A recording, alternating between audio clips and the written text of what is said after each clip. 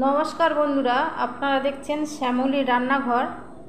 আজকের আমি মসুর ডাল দিয়ে কাঁচা আম দিয়ে টকের ডাল বানাবো। তো বন্ধুরা, অনেক রকমভাবে আপনারা বাড়িতে বানিয়ে থাকেন টকের ডাল, তো আমি আজকের বানাবো সম্পূর্ণ অন্য রকম। এটা নতুন কিছু না, সব বাড়িতে হয়ে থাকে, তো আমি সম্পূর্ণ অন্য রকমভাবে বানাবো। তো বন্ধুরা সঙ্গে থাকুন। ডালটা প্রেসারে একটা সিটি দিয়ে নেব। কড়াতে আমি সর্ষের তেল দেব, সর্ষের তেল দিয়ে টকের ডালটা বানাবো।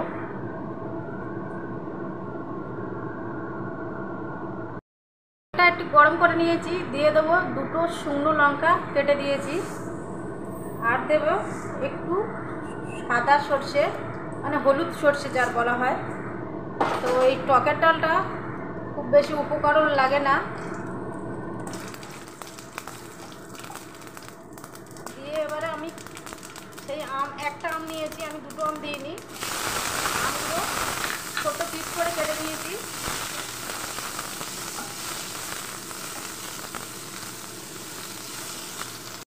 ডালগুলো ঠিক এরকম সিদ্ধ করে নিয়েছি, একটু চিবড়া আছে, তো খুব বেশি গলিয়ে সিদ্ধ করলে ভালো হয় না।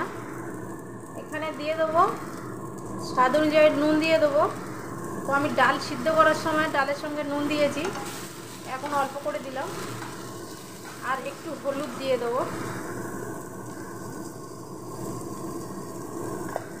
দিয়ে আম বেশি সময় নাড়তে লাগে না। এবার দিয়ে দেবো সিদ্ধ করে রাখা ডাল, দিয়ে দেবো।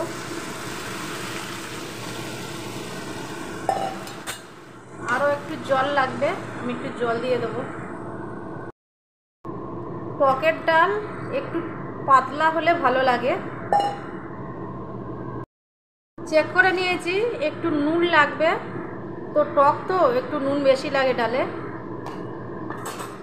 তো আমি আমের আঁটিটা ফেলিনি, এটা নিয়ে নিয়েছি। তো আপনাদের ভালো না লাগলে আঁটিটার আমগুলো ছুলে নিয়ে ফেলে দিতে পারেন। আমাদের বাড়ি খেতে খুবই ভালোবাসে। এত গরম পড়েছে, এই গরমের দিনে দুপুরে ভাতের সাথে একটু টকের ডাল হলে খাওয়া তো আর অসাধারণ। তো বন্ধুরা, যারা টকের ডাল পছন্দ করেন, তো কমেন্টে জানাবেন আজকের ভিডিও আমার কেমন হলো। তো ভালো লেগে থাকলে একটা লাইক, কমেন্ট, শেয়ার করবেন। শ্যামলী রান্নাঘর চ্যানেলটিকে সাবস্ক্রাইব করে পাশে আসবেন। সুস্থ থাকবেন, ভালো থাকবেন। আবার দেখা হবে নতুন কোনো রেসিপিতে। নমস্কার।